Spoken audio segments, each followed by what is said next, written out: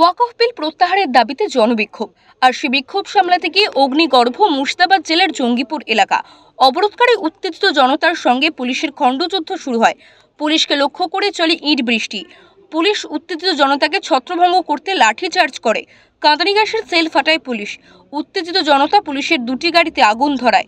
ঘটনায় 2 পুলিশ কর্মী জখম হয়েছেন বলে পুলিশের পক্ষ থেকে দাবি করা হয়েছে। সরকার যে সে আইনের বিরুদ্ধে আজকে আমাদের যুব সমাজ আজকে আন্দোলনে নেমে সংগ্রাম করছে এবং আমরা সংগ্রাম শেষ নিঃশ্বাস পর্যন্ত সংগ্রাম করে যাব যতদিন না ওয়াকফ বিল বাতিল হচ্ছে। কোথা থেকে শুরু করলেন আজকের এই আন্দোলন? জোর থেকে শুরু করলাম, আমরা এই র্যালি নিয়ে পিডব্লিউডি অবধি যাবো এবং কিছুক্ষণের মধ্যে করেছিলাম শেষ করে আমরা র্যালি নিয়ে আমরা পিডব্লিউডি ময়দানে যাব।